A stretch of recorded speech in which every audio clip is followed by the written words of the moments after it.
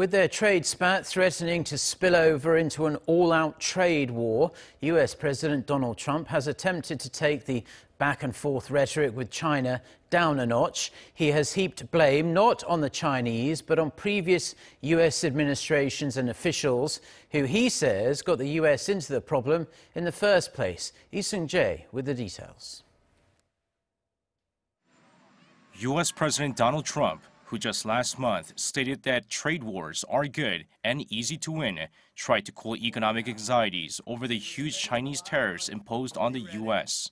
He took to Twitter on Wednesday, saying the U.S. is not in a trade war with China, adding that the war was lost many years ago by the foolish or the incompetent people who represented the U.S.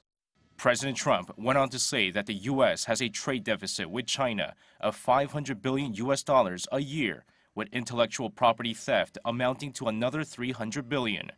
He was apparently referring to a deficit of $506 billion in Chinese exports to the U.S. last year, something Trump touched upon during a cabinet meeting a day earlier.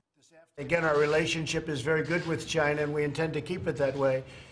But we have to do something to seriously relieve that trade deficit. We can't have a $500 billion a year trade deficit.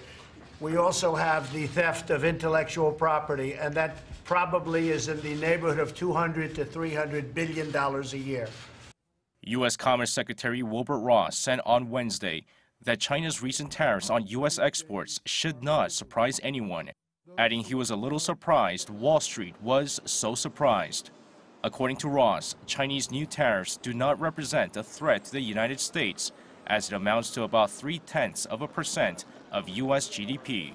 In response to the trade spat, China's Vice Minister of Commerce said that while Beijing is trying to avoid a trade war, they will stand and fight if one starts. China does not want a trade war because there will be no winner in a trade war. If someone insists on starting a trade war, China will fight till the end. China's stance has been consistent regarding the channels of consultation and communication. The door is always open for negotiation and consultation. The remarks come as China imposed its own 25% tariff on $50 billion worth of U.S. exports, which will affect 106 products, including aircraft, cars, and soybeans. As the world watches on, fears are growing that the intensifying trade spat between the two economic superpowers will indeed turn into a full-blown trade war. Seung-jae, Arirang News.